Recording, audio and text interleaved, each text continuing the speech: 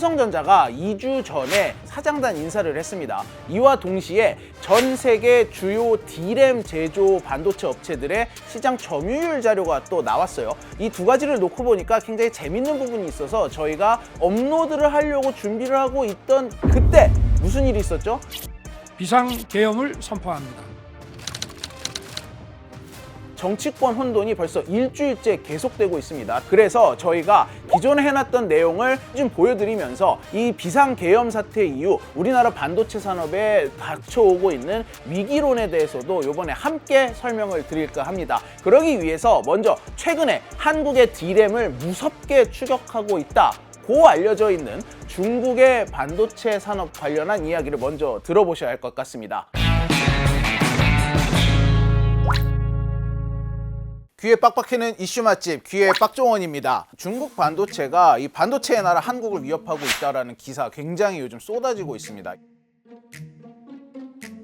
특히 이번에 개발한 화웨이 신제품은 자체 개발한 스마트폰 운영체제와 두뇌 역할을 하는 핵심 반도체를 장착했습니다. 미국 제재로 첨단 반도체 공급이 끊기자 자체의 5G 칩 개발에 나서 지난해 7나노미터에 이어서 1년 만에 더 진화한 6나노미터 칩을 장착한 걸로 알려졌습니다. 구체적인 숫자 근거가 있어요. 그냥 하는 말이 아닙니다. 반도체 중에서도 D램의 점유율을 따져보면 중국 같은 경우가 올해 3분기에 6%를 점유했다라고 나오거든요. 그런데 이게 1년 후인 내년 3분기면 10%를 넘길 것이고 계속해서 쭉쭉쭉 가파르게 오를 것이다 라는 데이터가 나와 있습니다. 이 자료를 낸 곳은 트렌드포스라고 대만의 굉장히 세계적인 기술 시장 조사 업체예요. 특히 이 D램 이나 HBM 같은 메모리 반도체 분야에 대한 시장 조사는 이 트렌드포스의 자료가 굉장히 공신력 있게 전 세계 증권가에서도 받아들여지고 있는데 이 점유율이 무슨 기준이냐? 생산력 기준이에요. 생산력. 그러니까는 그만큼 중국이 물량을 쏟아내고 있다라는 얘기입니다. 그런데 삼성 인사와 맞물려서 얼마 전에 이 똑같은 조사기관인 트렌드포스가 또 다른 점유율 자료를 하나를 냈어요. 이번에는 생산량 기준이 아닌 매출을 기준으로 자료를 냈습니다. 이 매출 기준 자료를 살펴보면은 1위와 2위 삼성과 하이닉스 우리나라 기업 두 개를 합쳤더니 전 세계 D램 매출의 70% 넘게를 한국 기업들이 차지하고 있었어요. 여기에 이제 미국의 마이크론까지 합치면 지구상의 매출을 이 세 개 회사가 거의 다 차지하고 있다라는 조사 결과가 나왔거든요. 4위는 나냐라는 대만의 이 메모리 반도체 기업인데 1%밖에 안 돼요. 중국의 기업, D램을 만드는 기업이 창신 메모리라는 중국의 기업인데 이 창신 메모리는 순위표에 없어요. 저 밑에 보면 매출 점유율이 0.7%밖에 안 돼요. 이상하죠? 점유율이라는 단어를 써서 내놓은 자료인데 무엇을 기준으로 하느냐에 따라 지금 너무 결과가 다르잖아요. 이러다 보니까 뭐지? 이거 약간 언론에서 중국이 다 쫓아왔다고 너무 자극적인 보도를 한 거 아니야? 라는 얘기까지 나오고 있습니다. 그런데 메모리 반도체의 현 주소를 알아보려면 요 두 자료를 좀 뜯어서 분석을 해볼 필요가 있습니다.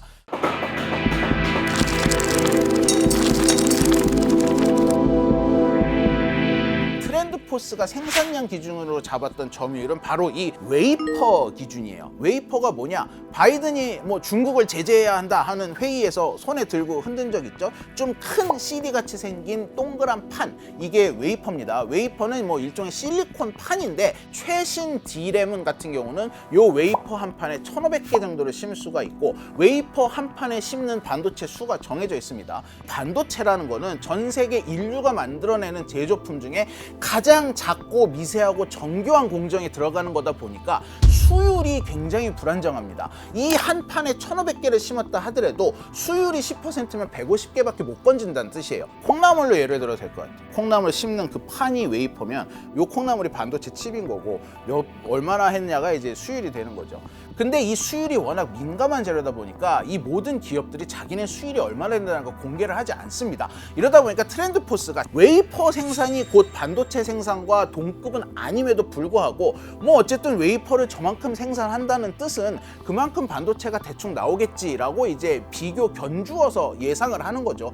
보통 수율이 어느 정도 나와야 괜찮은 거라고 보나요? 이 삼성이나 하이닉스나 마이크론이 팔고 있는 4세대, 5세대 DDR은 수율이 한 80% 나온다고 보고 있습니다. 그런데 중국 기업들은 아직 기술력이 많이 올라오지 못하다 보니까 수율이 굉장히 떨어집니다. 그래서 수율이 뭐 20%밖에 안 나오는 경우도 있어요. 창신 메모리 같은 경우가. 실제 판매용으로 팔아서 걷어낼 수 있는 반도체는 크게 떨어지게 돼요. 게다가 중국에서 판매하고 있는 D램들은 부가가치가 높지 않은 예전 모델들을 주력으로 생산을 하고 있다라고 볼 수 있습니다. 이 D램이 쓰이는 곳을 크게 나뉘자면 그래서 서버급 D램, PC에 들어가는 D램, 모바일 D램으로 나뉘고 있어요. 이 서버는 뭐 AI 서버도 있을 수 있고 데이터 센터들도 있을 수 있고 여기 들어가는 D램이 가장 고부가가치 D램인데 지금 이 서버에 들어가는 D램을 납품하는 기업이 바로 이 탑3인 거죠. 삼성, 하이닉스, 마이크론. 그럼 중국이 만드는 D램은 어디 들어가느냐? 이 저가형 스마트폰 있잖아요. 주로 이제 여기 들어가는 D램이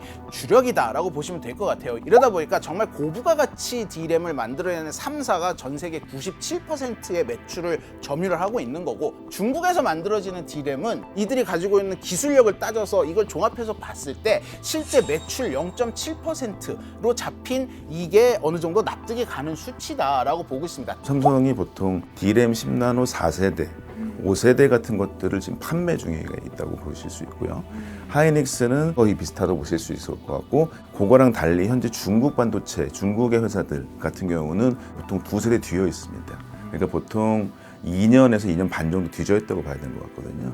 그건 굉장히 염가일 가능성이 높고요. 그게 아무리 많이 팔더라도 싸게 팔렸을 가능성이 가장 높겠다라고. 결국 종합하면 많이 찍어내고는 있으나 옛날 모델을 그것도 수율이 떨어지는 걸 만들고 있으니까 이걸 가지고 턱밑까지 따라왔다고 하기엔 조금 오바가 아닌가 싶기도 하거든요. 그런 얘기가 그래서 실제로 나옵니다. 이 중국 같은 경우는 미국의 제재가 굉장히 강해진 이후에 자신들의 매출 정보를 다 공개하지 않고 있어요. 실적이 외부에 공개되면 처벌을 받습니다. 실제 매출이 0.7%보다 높을 수는 있다라는 얘기가 나오고는 있습니다만 이 10%라는 점유율은 좀 많이 잡은 것이다 라는 의견에는 변함이 없을 것 같아요. 근데 그럼에도 불구하고 계속해서 중국이 이 위협이다 라는 얘기가 나오는 이유는 사실 이 숫자 뒤에 숨겨진 다른 이유에 있습니다.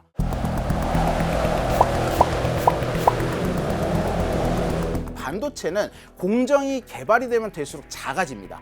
나노 단위로 들어가서 이제 이 거의 뭐 머리카락 수준으로 작아지는데 이 공정이 이 나노가 컸을 때에는 과거에는 이걸 조금씩 줄이기가 그렇게 어렵지 않았어요. 마치 이 시험 보면 10점 맞던 학생이 40점 맞는 데까지는 조금만 마음 먹어도 금방 올라갈 수 있는 것과 같은 이치입니다. 이러다 보니까 굉장히 빠른 속도로 기술이 개발이 됐었어요. 지금까지는. 근데 지금 신나노급으로 들어오고 나서는 하나하나 세대를 나가는데 이 걸리는 시간이 점점 느려지고 있습니다.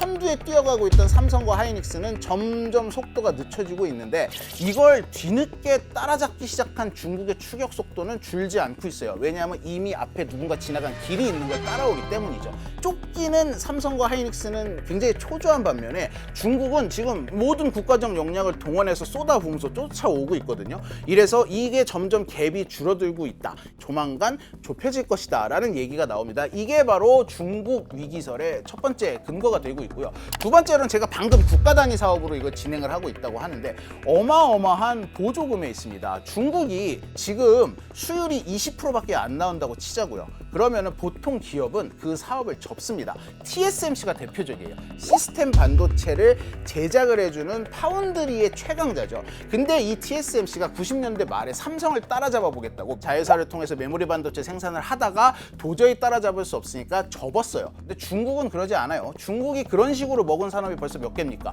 철강, 태양광, 배터리, 조선 이거 전부 다 그런 식으로 먹었어요. 처음에 모두가 비웃을 때 미친 듯이 찍어내기 시작하면서 내수부터 채워나가다가 결국은 세계를 다 먹었습니다. 선진 기술을 갖고 있던 사람들은 중국이 그렇게 그 시장을 먹으면 거기서 비켜났단 말이에요. 가격 경쟁력으로 따라갈 수가 없으니까. 그런데 그랬다가 다시 이 선두그룹에 있던 기업들이 되찾은 시장이 있습니까? 없습니다.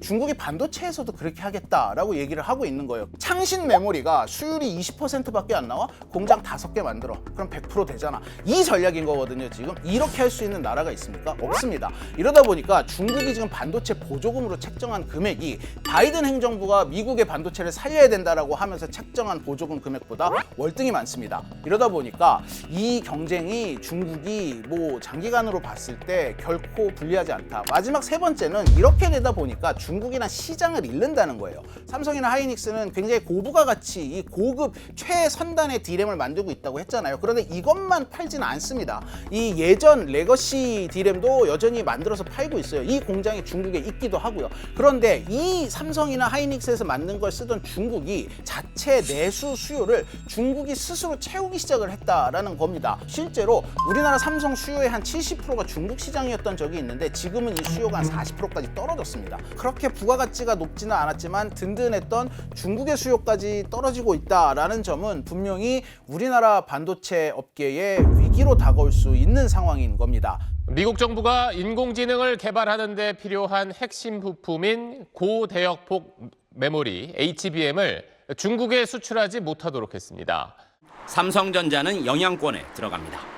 로이터 통신은 삼성 HBM 매출의 약 20%를 중국이 차지하고 있다고 전했습니다. 대중국 저사양 칩 수출에서 벗어나 미국 빅테크로의 공급을 확대할 필요가 있습니다.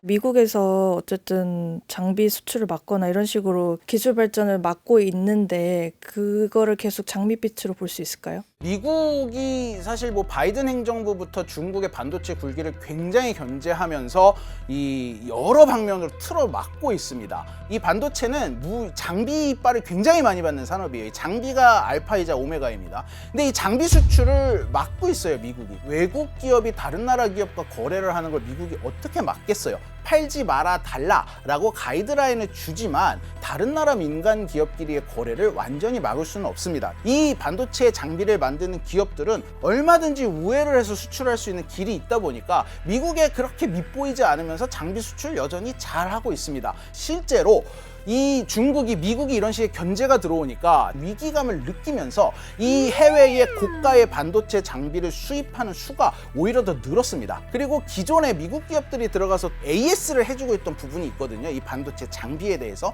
이걸 해주던 미국 인력들이 일시에 미국으로 다 본국으로 소환이 되다시피 철수를 했어요. 그랬더니 어떻게 하느냐, 이들이 이 기기를 AS하고 업데이트했던 그 서버에 저장되어 있는 매뉴얼들을 다 분석을 해가지고 기술을 터득을 해버렸습니다. 미국이 그냥 계속해서 그렇게 계약 관계를 유지하면서 자기네 기술자들이 AS를 해주게 해줬다면 중국이 그렇게 안 했을 거예요. 오히려 이로 인해서 중국이 자각을 하는 부분, 각성을 하는 부분이 생기면서 더 빨리 따라올 수 있는 어떤 이런 반전적인 부분도 생겼다라는 분석도 나오고 있습니다. 삼성이 그럼 이걸 얼마나 위기로 바라보고 있느냐가 궁금했어요. 삼성 입장에서는 지금 뭐 중국의 반도체까지 신경을 쓸 여력이 없다라는 얘기가 들리고 있어요. 왜냐하면 지금 삼성의 경쟁사는 하이닉스입니다. 이거 따라잡는 게 삼성 입장에선 제일 시급한 과제예요. 이번 인사에서도 그게 굉장히 많이 반영이 된 걸로 보여요. 자, 삼성이 반도체 관련해가지고 이번 인사의 메시지로 하나 던진 게 있죠. 근원 경쟁력을 회복하겠다. 삼성 위기의 근원지였던 반도체 부문의 인사를 보면 DS 부문의 수장인 전영현 부회장이 이 메모리 부문장까지 같이 맡았어요. 여기에다가 뭘 같이 맡았느냐, 이 삼성 기술원의 원장까지 같이 겸직을 시켰어요. 책임지고 메모리 산업을 살리십시오라는 메시지를 던진 걸로 보여요. D램이 삼성의 주력이었는데 D램에서도 SK하이닉스와 마이크론에 뒤처져 있고 HBM은 삼성은 아직 엔비디아에 납품조차 못하고 있는 상황입니다. 가장 큰 거는 부문장인 전영현 부회장에게 삼성이 가장 좋았던 시절 권오현 부회장의 권한을 정도까지 다 줘버린 겁니다. 지금 김기남 부회장보다도 더 많은 권한인가요? 그렇죠. DS 부문장이라고 하는 사람들은 아주 큰 의사결정을 하거나 메모리와 파운드리의 시너지를 할 정도의 사람이지 원래 기술적인 걸 직접 하라는 사람이 아닙니다. 메모리 사업부장을 이번에 겸직을 하라고 했다는 거는 D램 살리는데 올해나 세우라고 얘기한 겁니다. 그게 하나가 있고 D1 시나이스 문제 있어요. 6개월 1년 앞서다가 1년에 따라 잡힌 거죠. 그거에 대해서는 경영자 실책이 분명히 있어야 됩니다. 좀 불명예스럽게 돼버린 이제 어떤 CEO에 대해서 그 사람한테 영합해가지고 그간의 실책을 어떻게 보면 방조했거나 허위보고했다거나 이런 임원급들 분들이 있거든요. 그거를 얼만큼 할 걸 가지고 사람들은 평가를 할 거예요. 자, 삼성전자가 기술력에서 뒤처지고 있다. 그래서 내부적으로 쇄신을 해야 되고 조직문화를 바꿔야 된다. 뭐 이거는 당연한 얘기입니다. 지적도 많이 받고 있고요. 그런데 이제 삼성에게만 모든 책임을 묻기도 약간 애매한 상황이 돼버렸어요. 외부 요인이 너무 악화됐다는 얘기를 합니다. TSMC의 창업주인 모리스 창 회장이 자서전을 최근에 내고 어제 이 기념 기자회견을 했어요. 이 자리에서 삼성전자 얘기를 했습니다. 현재 한국이 처한 혼란스러운 상황이 삼성 경영에 부정적인 영향을 미칠 수 있다 라고 진단을 했어요. 삼성전자의 라이벌 업체의 창업주인 만큼 이 반도체 시장 돌아가는 바닥 사정을 굉장히 잘 알고 있겠죠. 근데 이게 단순히 이 모리스 창의 얘기만이 아니에요. 사실 금융과 실물 경제는 좀 다릅니다. 금융 같은 경우는 그 시장의 미래 가치에 투자를 하는 형태다 보니까 이 국가의 신용도가 굉장히 큰 영향을 미쳐요. 그래서 이번에 한국 금융시장이 굉장히 크게 흔들렸던 겁니다. 반면 실물 경제는 현물이 오가는 시스템이라 이 국가 신뢰도 같은 게 영향을 미친 여지가 좀 낮습니다. 그래가지고 반도체 시장까지 영향이 미치지 않기를 간절히 바랬는데 지금 전 세계 이 산업 종사자들이 다 한국 반도체까지 위험하다라고 하는 지경까지 와버린 거예요. 그 이유를 좀 살펴보면 첫 번째, 각 국가들이 이 반도체를 구군을 건 사업으로 여기면서 이 보조금 경쟁을 미친 듯이 벌이고 있습니다. 우리나라는 지금 국회에 반도체 특별법이라고 해서 계류돼 있었거든요. 이번에 이 계엄 사태, 이 탄핵 사태가 터지면서 아예 법안 자체가 통과는커녕 지금 드랍될 위기에 놓여 있어요. 다른 나라가 천문학적인 돈을 쏟아부으면서 자국의 반도체 산업을 부흥시키고 있는 이때 이 시장에서 스스로 도태되는 거 아니냐 이런 우려가 나오고 있어요. 두 번째는 한국이 선진국인 줄 알았는데 아니네 이러면서 한국 시장 전반에 대한 선호도가 떨어지고 있습니다. 오죽하면 한덕수 총리가 해외에 한국 정부가 정상적으로 운영되고 있음을 알려달라 라는 얘기를 했을 정도예요. 해외 투자를 계속 받아야 되는 반도체 산업에까지 투자가 끊길 위험이 있다. 세 번째, 환율이 문제입니다. 정부가 예상했던 환율보다 이미 많이 올라가 있습니다. 그런데 이것도 모자라서 1,500원대 환율 뉴노멀까지 대비를 해야 된단 말이 나오고 있어요. 반도체가 우리나라에서 만드는 양이 워낙 많다 보니까 아주 단기적으로는 이익이 될 수도 있겠죠. 하지만 이 반도체를 제조하는 데 들어가는 웨이퍼니 뭐 여러 가지 원자재 전부 다 해외에서 수입해오고 있어요. 이러다 보니까 이 달러가 이렇게 기하급수적으로 비싸지면 결국은 가격 경쟁력에서 밀릴 것이다 라는 얘기가 나오고 있어요. 마지막으로 우리나라 지금 행정부가 마비되어 있습니다. 트럼프 행정부가 들어서면 우리나라가 받기로 했던 반도체 보조금부터 뭐 관세 이런 반도체 관련된 여러 가지 미국의 정책이 바뀔 거예요. 당장 1월이면 트럼프 취임하는데 이거 어떡할 겁니까? 대응팀을 꾸리지도 못하고 있어요. 파운드리 시장에서 TSMC와의 격차는 더 벌어질 수 있고 중국 시장에는 예상했던 것보다 디램 부분에서 더 빨리 따라잡힐 수 있다. 이런 위기감이 최근 들어서 이 탄핵 사태가 길어지면서 굉장히 크게 고조되고 있습니다. 한 국가의 대통령이 어떻게 경제, 산업 이런 거 하나도 신경 안 쓰고 이렇게 계엄이라는 엄청난 사고를 쳤는지 참 통탄스럽고 개탄스러운 마음뿐입니다.